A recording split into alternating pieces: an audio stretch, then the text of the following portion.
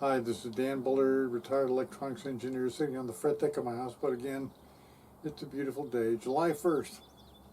I want to start a series, okay?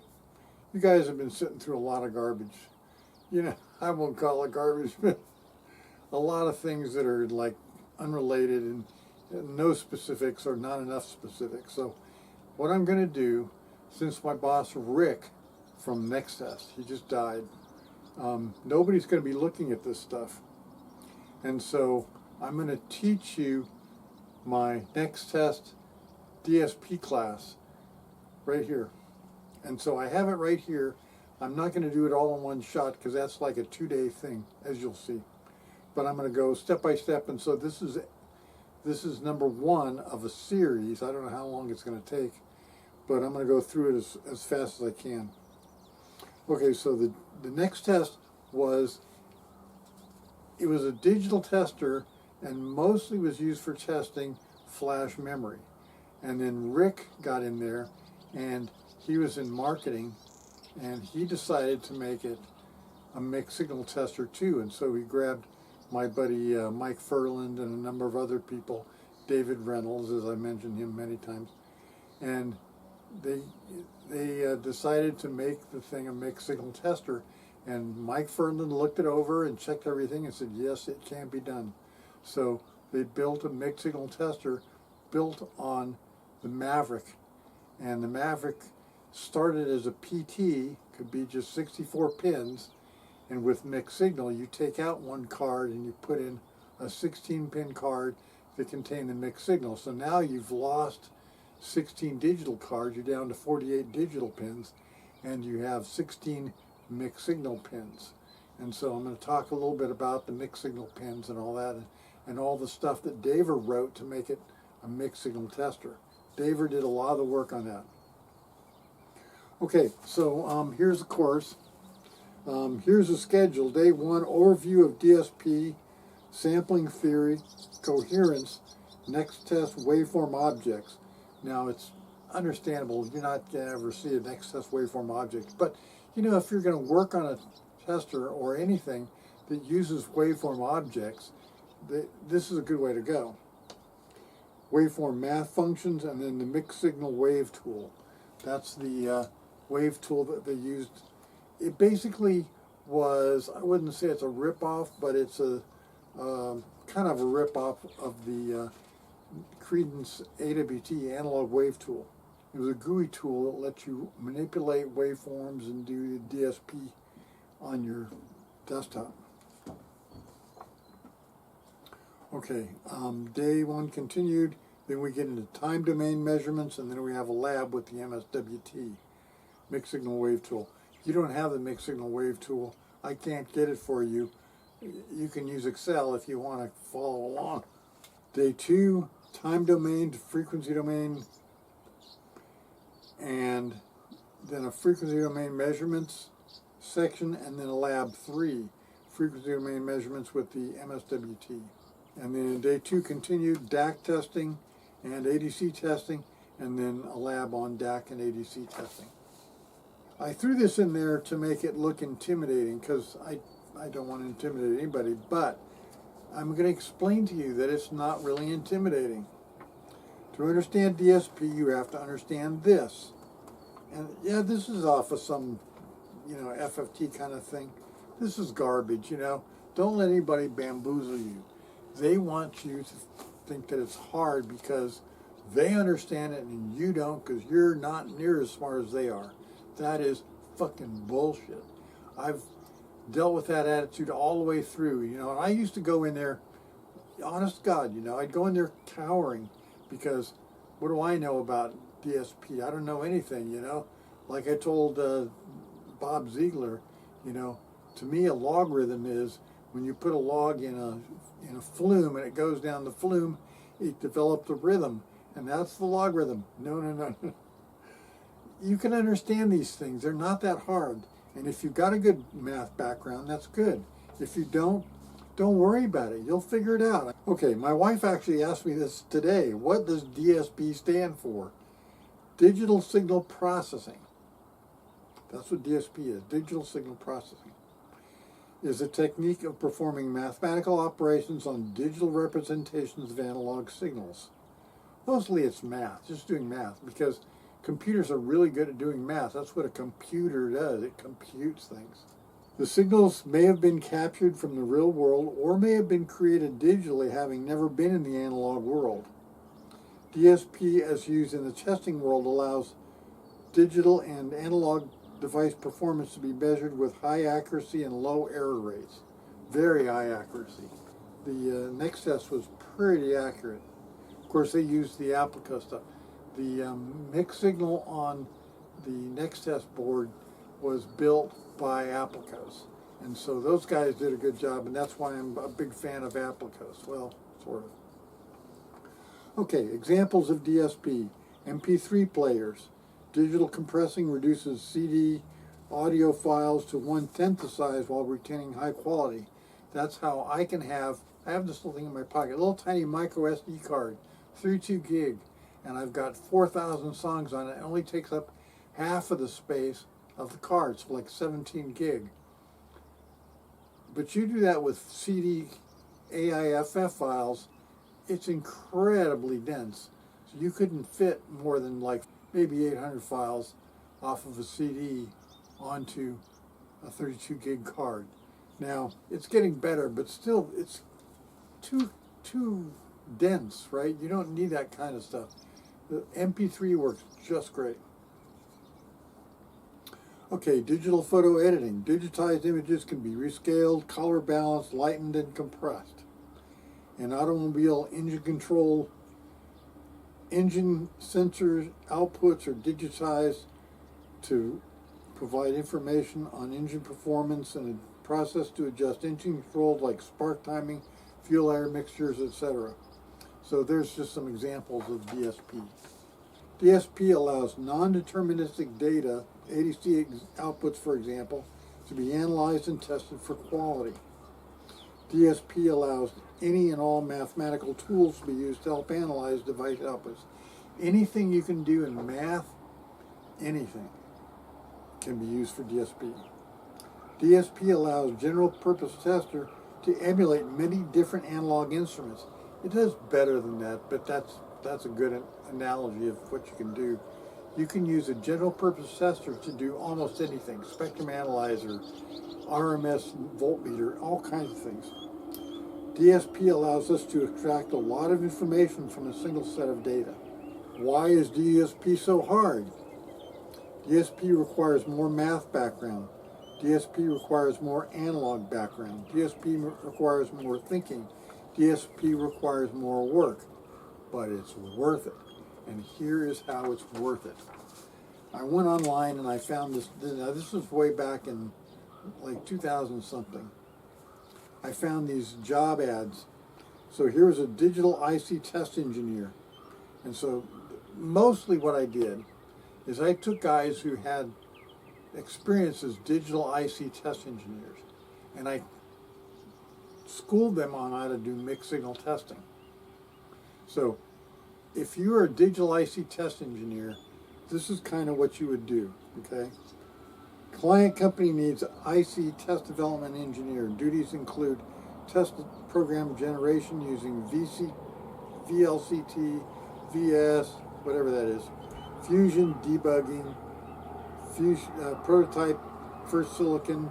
Candidate must have a BSEE and minimum 3 years test development experience with LTX Fusion, DFT, prototype, ramp.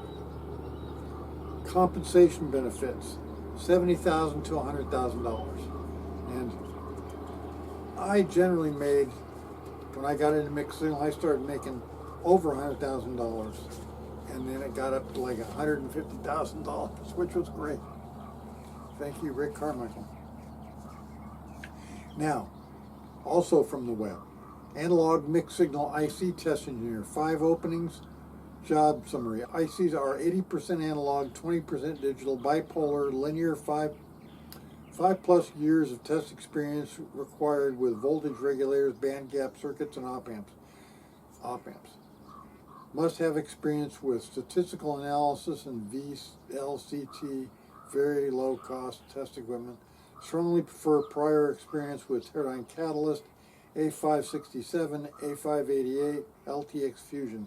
Compensation benefits $90,000 to $115,000. So right away, if you're doing mixed signal, they're going to offer you more money.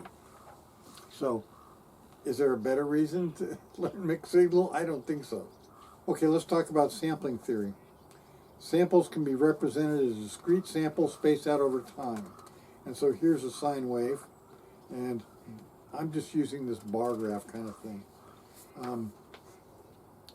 Here we have a sine wave that goes from 0, it goes up to like 1 volt and then down to -1 volt. If you sample the same signal faster, you get more samples. That's pretty obvious. If you sample slower, you get fewer samples, like this. So you can do that. That's perfectly valid. How slow can you go?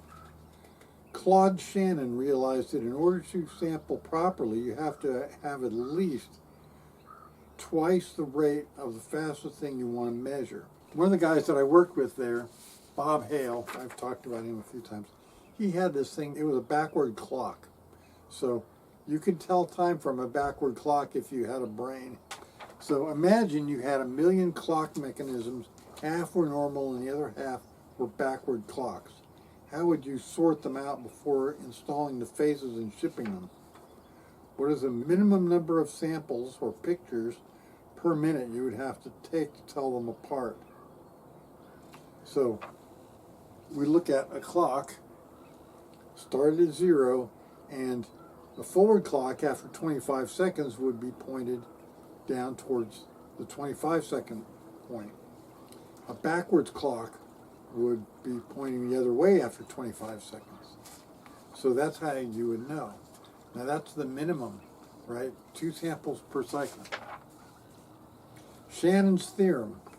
You must sample at least twice as fast as the fastest thing you want to observe. Now that's Shannon. And as we know,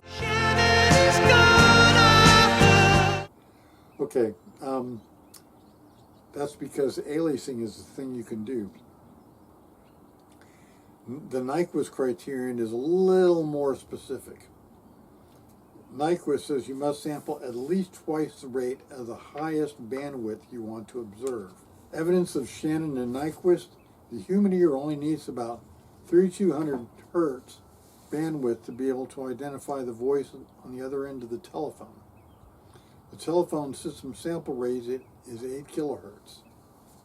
Hi-fi audio is considered to have a frequency response of 20 hertz to 20 kilohertz. CD audio is sampled at 44.1 kilohertz. All systems include some headroom to account for anti-aliasing filter roll-off. That's why it's not 40 kilohertz. 44.1 gives you a little room because the anti-aliasing filter doesn't roll off right away. And like in the PC, they go 48 kilohertz for the audio. Now we have to have an anti-aliasing filter. Why? What is aliasing? The penalty for ignoring Shannon and Nyquist is aliasing.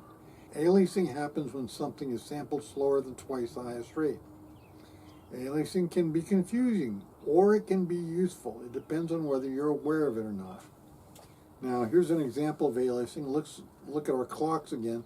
Forward clock after 35 seconds, it looks like the backward clock after 25 seconds. And the backward clock after 35 seconds looks like the forward clock after 25 seconds. So that's aliasing. So if you go less than 2 samples per cycle, which we did in that case, you end up with aliasing. Aliasing can be useful if you know what you're doing. Using aliasing intentionally is called undersampling or equivalent time sampling. If you need to look at an event that happens much faster than your sampler, you can use aliasing if the event repeats. If not, you need to use a faster sampler. So, you know, if you're going to blow off a nuclear weapon, you know, and you want to observe the explosion, you can't like blow off like 100 or 10,000 nuclear explosions in a row and let it sample them one at a time. That's not really working. It won't work. But here's an example of aliasing. If we have our clock. This is our forward clock now.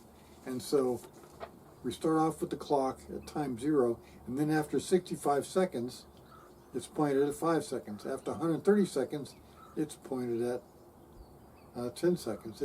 After 195 seconds, it's pointed at 15 seconds. After 260 seconds, it's pointed, and you get the idea. So you can let it alias. Aliasing comes from sampling too slow and allowing in high frequency events. To avoid aliasing, sample as fast as possible. You always need to prevent high frequency events from getting into the sampler. That's when you use an anti-aliasing filter. An anti-aliasing filter is just a low pass filter that is, in France they call it a high frequency cutoff filter that excludes high frequencies higher than half the sampling frequency. Now, I almost never use filters. I want to see everything because I know how to filter it myself in frequency domain. Here's an example, aliasing by undersampling a sine wave. So you can do this. Here's a sine wave, very high frequency sine wave, and I take the first sample at 0 and the second sample at 45 degrees, and the third sample at 90 degrees, and the fourth sample at whatever that is, and so on and so forth.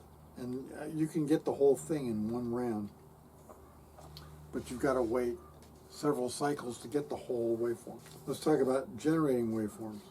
Sampling can be used to generate or capture analog waveforms. To generate a waveform, the waveform must be created mathematically. That's what DSP is, right? So you create it mathematically and then place it in an array. To convert the array to an analog waveform, an arbitrary waveform generator is often used. And here is an arbitrary waveform generator. So you have a memory with a bunch of data in it. You put the data in there, you come up with the data, and then you load it into the AWG. The good news is, in a tester, you generally only have to load it once, and then you can just use that again and again and again and again, because you're going to use the same waveform over and over again.